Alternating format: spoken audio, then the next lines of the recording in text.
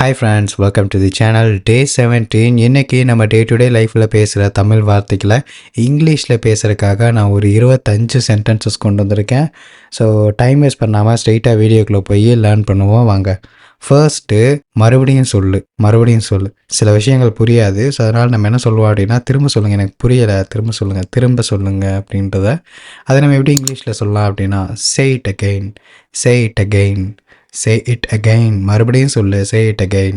அடுத்து, உனக்கு எவ்வளோ தைரியம் இந்த பேனாவை நான் எல்லா நேரம் நீ எடுத்திருப்ப அப்படிங்கிறது. அதாவது உனக்கு எவ்வளோ தைரியம் அப்படின்னு நம்ம சொல்லுவோம்ல, அதே எப்படி நம்ம இங்கிலீஷில் சொல்லலாம் அப்படின்னா, how dare you, எவ்வளோ தைரியம் உனக்கு, how dare you. அடுத்த முறை, நெக்ஸ்ட் டைம், இதை நம்ம நெக்ஸ்ட் டைம் தான் சொல்லுவோம். ஸோ அதனால் இதுக்கு பெருசாக எக்ஸ்ப்ளனேஷன் தேவையில்லை. அடுத்த முறைங்கிறத நெக்ஸ்ட் டைம், அவ்வளோதான். கத்தாத குழந்தைங்க தான் கத்தும். ஸோ அந்த டைமில் குழந்தைகிட்ட கத்தாத அப்படிங்கிற சொல்கிறத விட டோன்ட் ஷவுட் அப்படின்னு சொல்லலாம். அடுத்து, என்ன நடக்குது சின்ன பசங்ககிட்ட விளாண்டுட்டு இருப்பாங்க. அப்போ என்ன நடக்குது அப்படின்னு கேட்கலாம், வாட்ஸ் கோயிங் ஆன். இல்லை நம்ம ஃப்ரெண்ட்ஸ்கிட்ட கூட பேசிகிட்டு இருப்பாங்க, என்ன நடக்குது அப்படின்னு சொல்லி கேட்போம், வாட்ஸ் கோயிங் ஆன் அப்படின்னு சொல்லி பேசலாம், வாட்ஸ் கோயிங் ஆன். அடுத்து, எதாவது சாப்பிட்லாமா ஃப்ரீ டைமில் எதாவது சாப்பிட்லாமா அப்படின்னு சொல்லி நம்ம கேட்போம்ல. அப்போ எப்படி நம்ம கேட்கணும், கேன் வி ஈட் சம்திங், நம்ம எதாவது சாப்பிட்லாமா, கேன் வி ஈட் சம்திங். அதாவது இந்த இடத்துல பார்த்திங்கன்னா நான் நாம் அப்படிங்கிறது தான். ஏன்னா எதாவது சாப்பிட்லாமா அப்படிங்கிறத நம்ம இன்னொருத்தங்கிட்ட தான் கேட்போம். அப்போ அது நாம் அப்படிங்கிறதா வரும். ஸோ அதனால் கேன் வி ஈட் சம்திங் அப்படின்னு தான் நான் போட்டிருக்கேன். நீங்கள் கன்ஃபியூஸ் ஆகுனா, நாம் அப்படிங்கிறத நான் இங்கே ஆட் பண்ணல அப்படின்னு. ஏன்னா எதாவது சாப்பிட்லாமா அப்படிங்கிறத நம்ம இன்னொருத்தவங்ககிட்ட தான் கேட்க போகிறோம். ஸோ அப்போ ஒன்றுக்கு மேலே அப்படிங்கும்போதே அது பட்மையாக தான் வந்துடும். ஸோ அதனால் இது கேன் வி ஈட் சம்திங் தான். ஓகேங்களா. அடுத்து, சுறுசுறுப்பாக இரு, சோம்பேறியாக இருக்காத, சுறுசுறுப்பாக இரு. இதை பி ஆக்டிவ் அப்படின்னு சிம்பிளாக முடிக்கலாம். சுறுசுறுப்பாக இரு அப்படிங்கிறத பி ஆக்டிவ் அப்படின்னு சொல்லலாம். ஓகேவா. அடுத்து, காரில் ஏறு, பஸ்ஸில் ஏறு, வண்டியில் ஏறு. இது எல்லாத்துக்குமே நீங்கள் அந்தந்த இதை மட்டும் மாற்றினா போதும். கார்னா காரு, பைக்னா பைக்கு, பஸ்ஸுனா bus. Get in the bus, get in the car, get in the bike, get in the auto. சரியா, கெட் இன் த சைக்கிள். அடுத்து, அவங்க அங்கே இருக்காங்க அப்படிங்கிறத தேர் ஓவர் தேர் அப்படின்னு சொல்லலாம். ஸோ அது ரொம்ப பெருசாக இருக்கும்.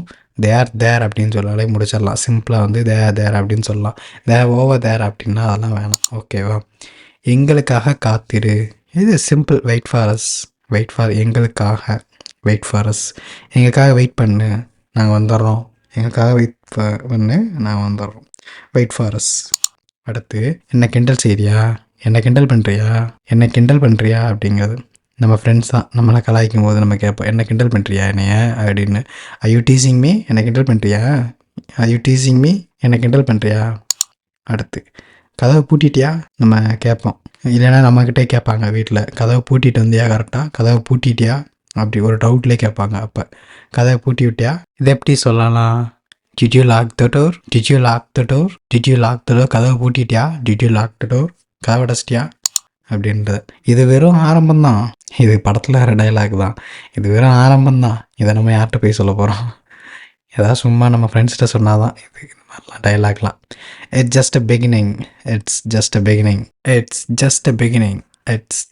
பிகினிங். அடுத்து, சாப்பாடு யாருக்காக எடுத்துகிட்டு போகிற, சாப்பாடு கொண்டு போவாங்கள்ல. அப்போ கேட்போம் ஹாஸ்டலில், யாருக்காக அப்படின்னு. For home.